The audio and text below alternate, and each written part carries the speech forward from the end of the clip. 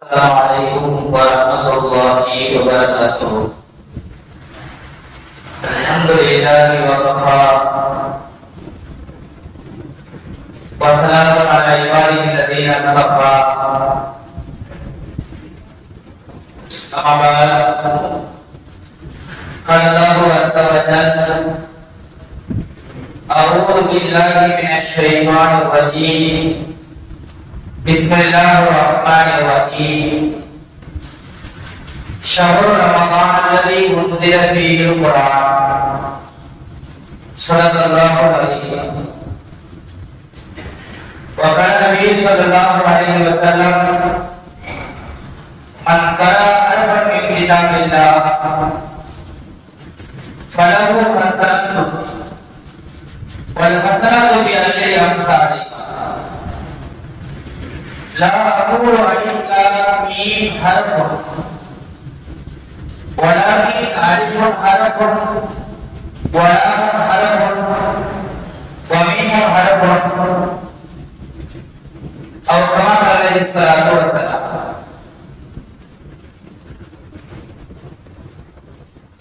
கண்ணியத்திற்கும்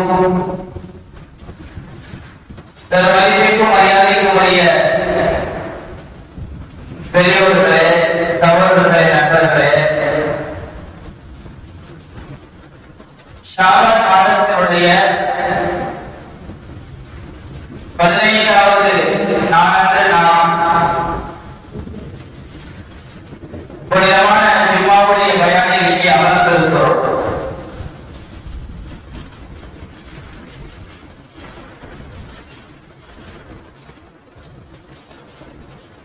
இன்னும் சில தினங்களில் நன்மைகளை கொள்ளையடிக்கக்கூடிய அல்லாஹ்வுடைய அன்பையும் அருளையும் மகபரத்தையும் நரக விடுதலை பெற்றுத் தரக்கூடிய புனிதமான ரமலானுடைய மாதம்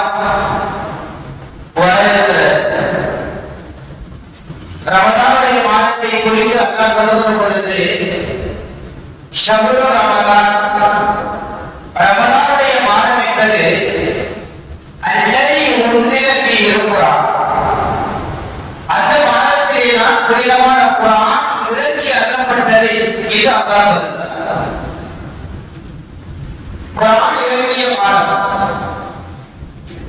குர்ஆனுடைய மாதம், பொறுமையின் மாதம், கர்வத்தின் மாதம், நன்மைகளை அள்ளிக் கொள்ளும் மாதம், பிறருடைய உணர்வுகளை புரிந்து கொள்ளுகிற மாதம்,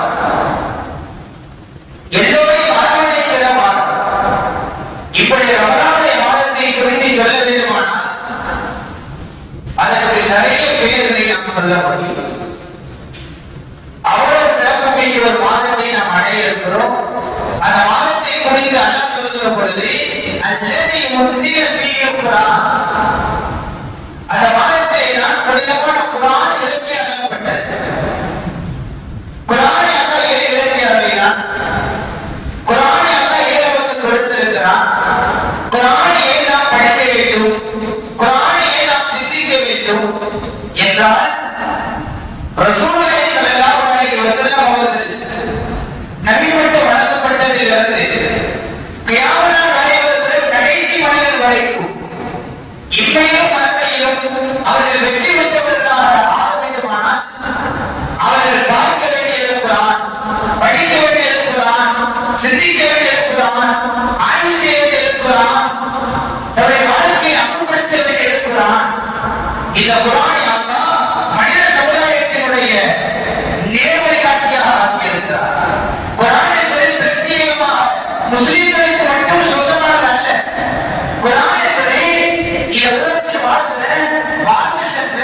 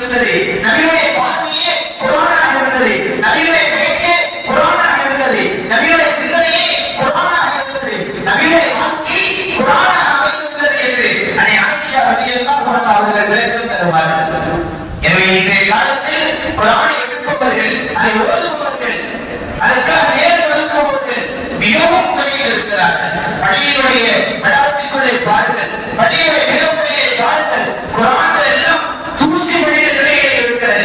குர்ஆனை அடிக்கடி எடுத்தால் எந்த பொருளை அடிக்கடி எடுத்து பயன்படுத்துகிறோமோ அந்த பொருட்களிலே தூசிகள் படாது, ஒத்தனைகள் படாது.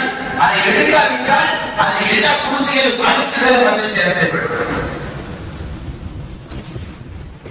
இந்த உலகத்திலே ஒருவருக்கு மிக சிறந்த ஒரு நண்பர் இருக்கிறார் என்றால் அந்த நண்பர் குர்ஆன் தான். நம்முடைய கணினி என்ற உணர்வை போக்கிவிடும். ஒரு முறையல்ல, 1000 முறைகள் அதை திரும்ப திரும்ப நாம் ஓதினாலும் படித்தாலும் அது விடுதலை கிடைத்துக் கொண்டே இருக்கும். படித்துக் கொண்டே இருந்தாலும் சலிப்பு தட்டாது, அதை ஓதிக்கொண்டே இருக்கலாம். குர்ஆனுக்கான பிரத்யேகமான நன்மைகள் அதிகமாக இருக்கிறது. குர்ஆனை நாம் ஓதுவதும் நன்மை, பிறரோடு கேட்பதும் நன்மை. குர்ஆனை நாம் ஓதுவதும் நன்மை, பிறரோடு கேட்பதும் நன்மையாக இருக்கிறது. நாம் தொழுதால் நமக்கு நன்மை கிடைக்கும். பிறர் தொழுவதை நாம் பார்த்துக் கொண்டிருக்கிறோம். ஏதோ நன்மை கிடைக்குமா? கிடைக்காது. நாம் ஒன்றுவற்றால் அல்லாஹ் இறைச்செய்தி தருவான். வேறொரு ஒன்று இருக்கிறார், அதற்கு நாம் உதவி உதாரணம் செய்கிறோம், அதற்கு நன்மை கிடைக்கும். வேறொரு ஒன்று இருக்கிறார், அதை பார்த்துக் கொண்டிருக்கிறோம், அதற்கு எந்த நன்மையும் கிடைக்கப் போவதில்லை. உலகத்தை நாம் வாழ்கிற வரைக்கும் என்னென்ன நல்லவர்கள் செய்வோமோ அதற்கான நன்மைகளையும் பிரதிவாதங்களையும் அல்லாஹ் உலகத்திலே செய்வான், மறுமையில் நமக்காக செய்வான். ஒரு மனிதன் மரணித்து விட்டால் அவருடைய எல்லா அமல்களும் முடிந்து விடுகிறது. இதை மாற்றமான ஆதத்தை மரணித்து விட்டால் இக்கதா அமல்ஹு, அவருடைய அத்துணை அமல்கள் துண்டிக்கப்பட்டு விடும். மரணித்தவர்கள் சொல்ல முடியாது, மரணித்தவர்கள் குர்ஆன் ஓத முடியாது, மரணித்தவர்கள் திக்ர் செய்ய முடியாது, மரணித்தவர்கள் பிறருக்கு உபகாரம் செய்ய முடியாது, மரணித்தவர்களுக்கு அன்னை வீட்டாரை அனுசரித்து நடக்க முடியாது என்றெல்லாம் நிறைய இருக்கிறது. ஒரு மரணித்து விட்டால் அவர்களுடைய நன்மைகள் எல்லாம் அத்தனை துண்டிக்கப்பட்டு விடுகிறது. எல்லாமே சலாத்தி 3 விஷயங்களை தவிர சலபத்தின் ஜாரியா, நிரந்தரமான தர்மம் செய்திருக்கிறார், வழிமுறைகளை கட்டிப்படுத்திருக்கிறார், ஒரு முஸ்லிமுடைய இடத்துக்கான மதிப்பை கொடுத்திருக்கிறார், மதரசா கட்டி கொடுத்திருக்கிறார், அல்லது மதரசாவுக்கு தேவையான கிதாபுகளை வாங்கி கொடுத்திருக்கிறார். இந்த மாதிரி ஏதாவது நிரந்தரமான நன்மைகளை பெற்றுத் தருகிற தர்மத்தை செய்வார்களானால் அதற்கான கூலிகள் அவர்கள் மரணித்ததும் கபருக்கு வந்து கொண்டே இருக்கும். அவர் உலகின் சாலையை எதிர்கொள்ளவும் அல்லது ஒரு சாலையான நன்னடத்தில் உள்ள ஒரு நல்ல பிள்ளையை பெற்று வளர்த்து ஆழத்து விட்டு செல்கிறார். அந்த குழந்தை தன்னுடைய பெற்றோருக்காக செய்கிற துஆவை அல்லாஹ் கபருக்கு அனுப்பி கொண்டே இருப்பார். அந்த நன்மைகளுக்கு கிடைத்து கொண்டே இருக்கும். மூன்றாவது, அவர் இல்மை யுன்தஃபு, ஒரு பயனுள்ள கல்வியை கற்றுக் கொடுக்கிறார். அந்த கல்வி அதை கொண்டு யாரெல்லாம் அமல் செய்வார்களோ அவர்களுக்கு அந்த அமலுக்கு என்ன நன்மை வழங்கப்படுகிறதோ அதுபோல உள்ள ஒரு நன்மையை அந்த காரணமாக இருந்தவருக்கு கற்றுக் கொடுத்தவருக்கு வழங்குகிறார். இது சிறப்புகள் எல்லாம் வந்திருக்கிறது. ஆனால் மறுமை நாளில் ஏதாவது வணக்க வழிபாடுகள், ஏதாவது வணக்கங்கள் இருக்கிறதா என்றால் இல்லவே இல்லை. ஹதீஸில் வருகிறது, நபி அவர்கள் சொன்னார்கள், இக்ரா ஓதத்தகி, குர்ஆனை ஓதுங்கள், உங்களுடைய படித்தளத்தை உயர்ந்து கொண்டே செல்லுங்கள். குர்ஆனை எப்படி ஓத வேண்டும் என்றால் உலகத்தில் கமா குந்த துவத்துல் ஃபித் துன்யா, உலகத்தில் இருக்கிற குர்ஆனை ஓதுவதைப் போல தர்த்தீல் வார்த்தைக்கான அர்த்தம் என்ன? தர்த்தீல் என்பதை அல்லாஹ் குர்ஆனிலே சொல்வான், உலகத்தில் குர்ஆன தர்த்தீலா, குர்ஆனை அதனுடைய சரியான உச்சரிப்போட எங்கே நிறுத்த வேண்டுமோ அந்த அடையாளங்களை தெரிந்து சட்டத்தை போல ஓதுங்கள். இப்படி ஓதுவதைப் போல உலகத்திலே ஓதுவதைப் போல இங்கேயும் நீங்கள் ஓதிக்கொண்டே செல்லுங்கள். இந்த மன்சிலத்தக்க இந்த ஆசிரியத்தின் தக்கரவா, கடைசியாக எந்த வசனத்தை ஓதி நிறுத்துகிறீர்களோ அந்த கிதாபை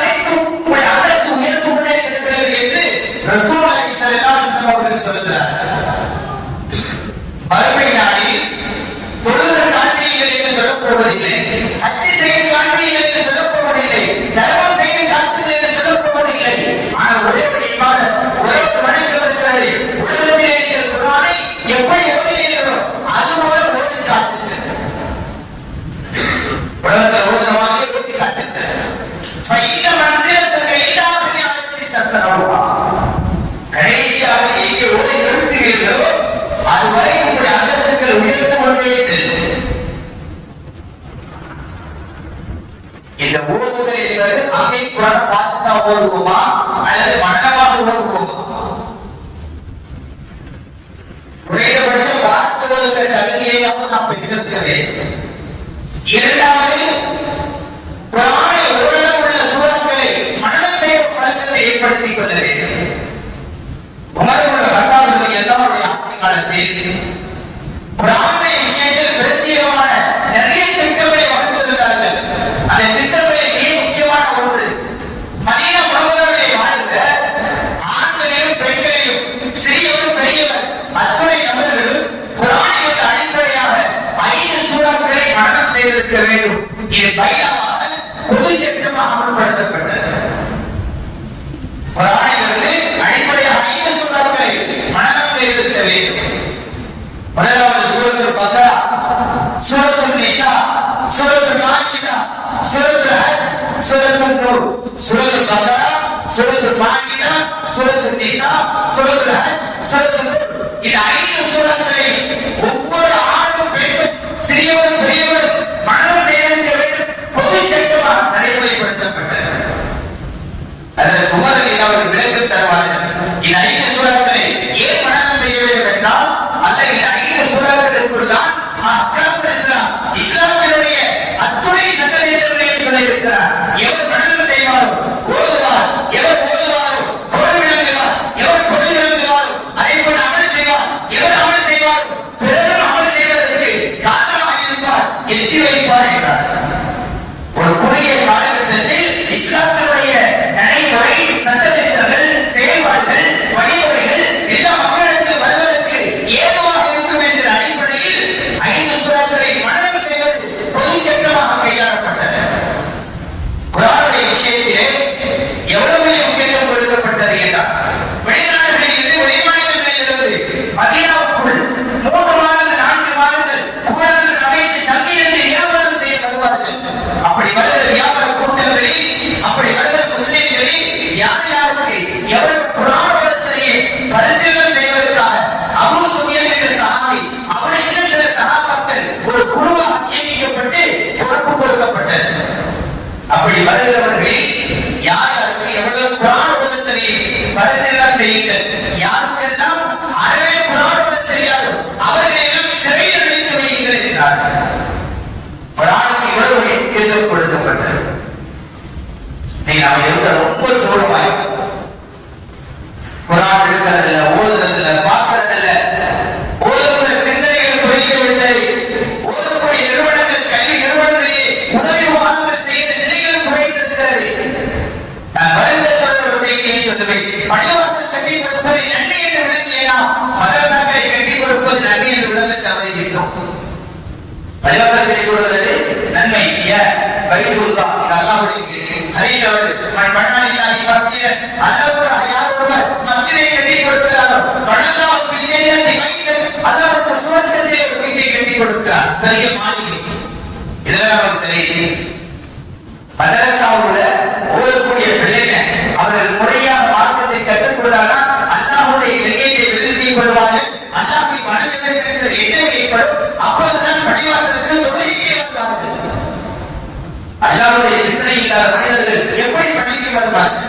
பள்ளிகளை மகிமை விளங்காதவர்கள் எப்படி பள்ளிவாசலுக்கு வருவார்கள்? பள்ளிகளை கட்டி குவிப்பது என்ன நன்மை இருக்கிறது?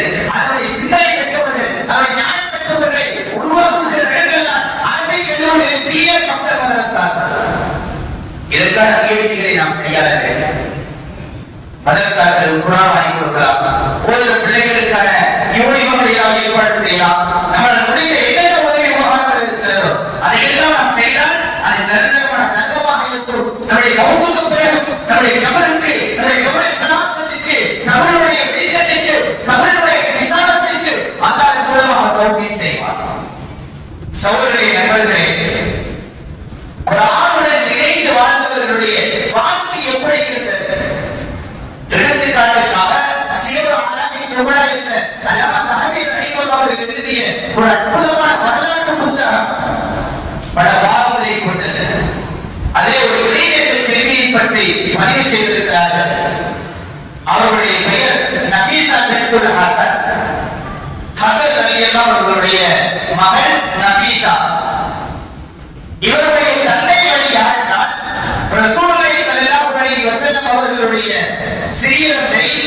அபூ தாலிப் அவருடைய மகன் அலி ரலியல்லாஹு அன்ஹு, அவருடைய மகன் ஹசன் ரலியல்லாஹு அன்ஹு, அவருடைய மகன் ஸைத் ரலியல்லாஹு அன்ஹு, அவருக்கு பிறந்த இன்னொரு மகன் ஹசன் ரலியல்லாஹு அன்ஹு, அவருடைய மகன் தான் நஃபீஸா ரலியல்லாஹு அன்ஹா. நபியுடைய வம்சாவளியை சார்ந்தவர்கள். ஹிஜ்ரி 145 ஆண்டில் பிறக்கிறார்கள். ஹிஜ்ரி 208 வஃபாத் ஆகிறார்கள். ஏறத்தாழ அவர்கள் உலகத்திலே வாழ்ந்த காலம் 63 வருடங்கள்.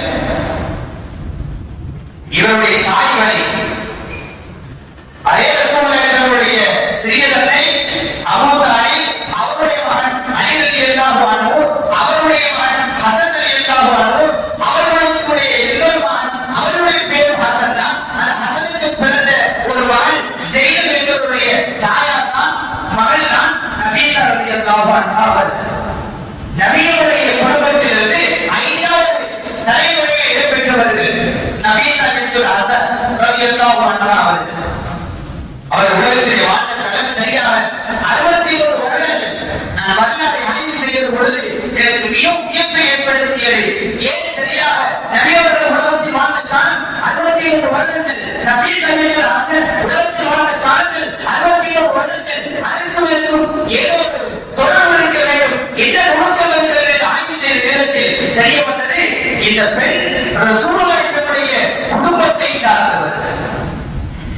அது மட்டுமல்ல, நபி அவர்களை தன்னுடைய உயிரும் மேலாக நபி அவர்களை நேசிக்கக்கூடியவர்களாக இருந்தார்கள். எந்த அளவுக்கு நேசம் இருந்தது என்றால், ஒவ்வொரு இரவிலும் ரசூலுல்லாஹி அவர்களை கனவில் பார்ப்பார்கள். மாஷா அல்லாஹ், எவ்வளவு பெரிய பாக்கியம்! ஒவ்வொரு இரவிலும் நபி அவர்களை கனவில் தரிசிப்பார்கள். அவர்கள் பாக்கியம் பெற்றவர்கள். இவருடைய திருமண வயது வந்த நேரத்திலே யாரை திருமணம் செய்வது என்று ஆலோசிக்கிறார்கள். கடந்த சார்ந்த பேச்சுக்கள் எல்லாம் நடைபெறுகிறது. படித்த பெரிய நன்மக்கள் எல்லாம் இவர்களை பெண் கேட்டு வருகிறார்கள். ஆனால் யாரை திருமணம் செய்வது என்று ஒரே தடமாற்றமான நிலை. இந்த நிலையிலே ரசூலுல்லாஹி அவர்களுடைய கணக்கை பார்க்கிறார்கள். நபி அவர்கள் சொன்னார்கள், ஜாஃபர் சாதிக்குடைய மகன் இசாக்கை திருமணம் செய்து கொள்ளுங்கள் என்றார்கள். அவளது இறைநேச செல்வி உரைகா நஃபீஸா பின்த் ஹசன் ஸுஹுதுஹா வ ஹுஸ்னு இபாதத்திஹா வ அத்லுஹா. நஃபீஸா பின்த் ஹசன் அவர்கள் தன்னுடைய வழிபாடுகளிலே மிகவும் அழகான நேர்த்தியான முறையை கையாண்டார்கள். தொழுகையிலே நபி அவர்களுடைய சுன்னத்துக்களை கடைபிடிப்பதிலே, ஃபர்துகளை நிறைவேற்றுவதிலே முறையாக தொழுகையை தொழுது வந்தார்கள். சுன்னத்துக்களை பேணிக்கையாக செய்து வந்தார்கள். வஸூதுஹா, அவர் உலகத்திலே எதற்கும் ஆசைப்படவில்லை. உலக வாழ்க்கையிலே பற்றற்ற நிலையிலே எது கிடைத்ததோ அது போதுமானது என்ற மனநிலையை அவர்கள் வாழ்ந்து வந்தார்கள். வஅத்லுஹா, அல்லாஹ்வுக்கு செய்ய வேண்டிய கடமைகளிலும் அடியார்களுக்கு செய்ய வேண்டிய கடமைகளிலும் நீளமாக நடந்தார்கள். ஃபயூவா அன்னஹா லம்மா கானத் பில் மதீனா. நஃபீஸா பின்த் ஹசன் எப்போதெல்லாம் மதீனாவில் இருப்பார்களோ, கானத் தம்லி அக்ஸர வக்திஹா ஃபில் மஸ்ஜித் நபவி தஅப்பர். மஸ்ஜித் நபவியிலே, பள்ளிவாசலிலே, வணக்கத்திலே, இபாதத்திலே தன்னுடைய காலங்களை கழிப்பவர்களாக இருந்தார்கள். ஃபதரிலி ஸைனப் இப்னத்து அபீயா யஹ்யா. நஃபீஸா பின்த் ஹசனுடைய சகோதரர் யஹ்யாவுடைய மகள் ஸைனப் சொல்லுகிறார்கள், கதத்து அம்மதி அஸ்ஸய்யிதத்து நஃபீஸா 40 ஆமன். நான் என்னுடைய மாமியார், என்னுடைய மாமி நஃபீஸா அவர்களுக்கு ஏறத்தாழ 40 வருடங்கள் பணிவிடை செய்திருக்கிறேன். ஃபமாத ஐத்துஹா நாமத் பிலைலின். அவர் எந்த இரவிலும் தூங்கி நான் பார்த்ததில்லை. எந்த இரவுலையும் நான் தூங்கி பார்த்ததில்லை. இன்னைக்கு நம்முடைய உடல்நிலை, நம்முடைய உணவு முறை, நம்முடைய பழக்க வழக்கம் இதெல்லாம் ஒப்பிட்டு வரலாற்றை ஆய்வு செய்யக்கூடாது. நம்முடைய பிள்ளைகளுடைய உடல்நிலை நம்முடைய உடல்நிலை போன்றதல்ல, நம்முடைய ஹெல்த்தியை போன்றதல்ல. நம்முடைய பெற்றோருடைய உடல்நிலை, அவருடைய உடல்நிலை மிகவும் ஆரோக்கியமானது. அதை விட குறைந்தது நம்முடைய பிள்ளைகளோடு இன்னும் குறைந்தது.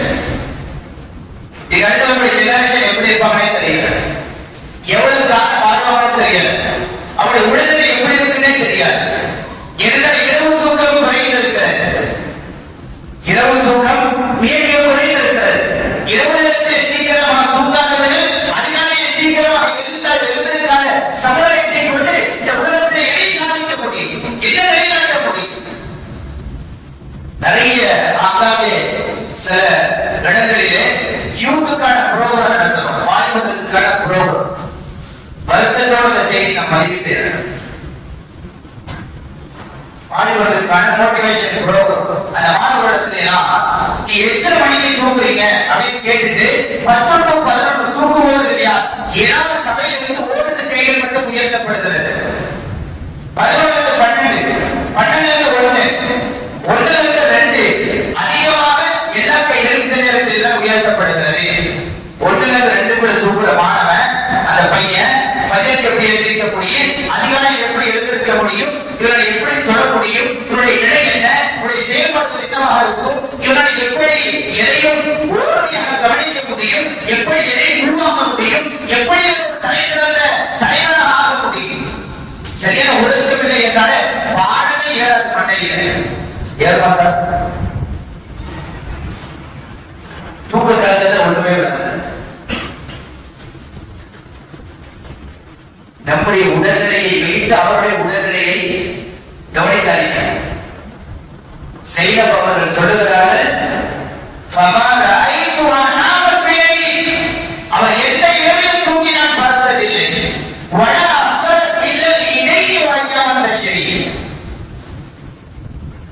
ஹஜ்ஜும் பெருநாள், நோன்பு பெருநாள். ஹஜ்ஜும் பெருநாளை அடுத்து வருகிற ஐயாம் தஷ்ரீக்குடைய 3 நாட்கள், மொத்தமாக இந்த 5 நாட்களை தவிர மற்ற எல்லா நாளும் நோன்பு வச்சிருப்பான். இந்த 5 நாள் தான் நோன்பு இல்லாத நாட்கள். பெருநாளுடைய தினத்துல நோன்பு வைக்கிறது ஹராம். ஐயாம் தஷ்ரீக்குடைய நாட்களே நோன்பு வைக்க கூடாது. இந்த 5 நாட்கள் தான் நோன்பு இருக்க மாட்டார்கள். வருடம் முழுவதும் 362 நாட்களுமே நோன்பு வைத்திருப்பார். 360 நாட்கள். அவ்வளவு இதய செஞ்சல். இவர்கள் செய்கிற வழக்க வழிபாடுகளை, இவர்கள் வைக்கிற நோன்புகளை பார்த்து ஃபகுல்துலஹா, எங்க மாமிக்கு நான் சொன்னேன், அமா தர்ஃபுகீன பினஃப்ஸி, நீங்க உங்க உள்ளத்தோட கொஞ்சம் மிருதுவாக நடந்து கொள்ள கூடாதா? பகலெல்லாம் நோன்பு வைக்கிறீங்க, இரவுலாம் நின்று வளர்ந்துருக்கிற, கொஞ்சம் மிருதுவா நடந்துருங்க அப்படின்னு நான் கேட்டேன். அதுக்கு சொன்னாங்க, சொன்னாங்க, நான் எப்படி என் உள்ளத்துடன் மிருதுவாக நடந்து கொள்ள முடியும்? எனக்கு முன்னால் நிறைய தண்டனைகள் இருக்கிறது. பொய் சொன்னால் இதற்கு இந்த தண்டனை, புறப்பேசினால் இந்த தண்டனை, இதை செய்தால் இந்த தண்டனை, இந்த விவாதத்தை விட்டால் இந்த தண்டனை, இப்படி நிறைய தண்டனைகள் இருக்கிறது. வெற்றி பெறுவர்களை தவிர வேறு யாரும் இந்த தண்டனைகளை எல்லாம் கடந்து தாண்டி செல்ல முடியாது. அப்படி இருக்கிறப்ப நான் எப்படி நோன்பு வைக்காமலும் தொடாமலும் இருக்க முடியும் என்று கேட்டார். அவருடைய மருமகள் செய்தவர்கள் சொல்லுகிறார்கள்,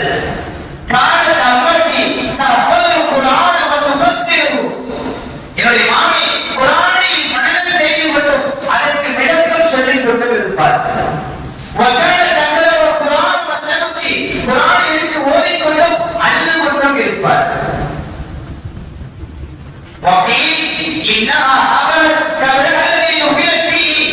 அவர்கள் மரணித்த பிறகு எந்த கபரை அடக்கம் பெற்றார்களோ அந்த கபரை தன்னுடைய 2 கரங்களினாலும் தோண்டினார். நோய் என்றால் பயம், மவுத் என்றால் பயம், சக்கரத் என்றால் பயம். இப்படி இருக்கிற நிலையிலே தான் அடக்கம் பெறுவதற்காக, தன்னுடைய மரணத்திற்கு பிறகு தான் அடக்கம் பெறுவதற்காக, அந்த கபரி ஒளிமயமானதாக என்பதற்காக தன்னுடைய வீட்டுக்குள் அறைக்குள் தொழுத இடத்திலேயே கபரை தோண்டி வைத்திருக்கிறார். சோதனை நண்பர்களே, கபரிலே தொழுவதுதான் ஹராம். கபரிலே அடக்கம் பெற்ற கபரிலே தொழுவதுதான் ஹராம். ஆனால் தான் மன்னித்த பிறகு அடக்கம் பெறுவதற்கான கபரிலே தொழுவது ஹராம்.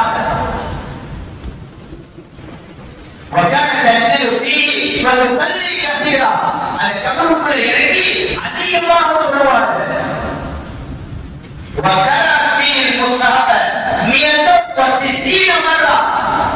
அந்த கபருக்குள்ள மட்டும் தஹஜ்ஜுடைய தொழுகையில ஏறத்தாழ 190 தடவைகள் குர்ஆனை ஓதி சத்தம் செய்திருக்கிறார். எதுல? தொழுகையில். எப்போ? தஹஜ்ஜுல மட்டும். அவருடைய மருமகள் செய்தம் சொல்லுகிறார்கள், என்னுடைய மாமியார்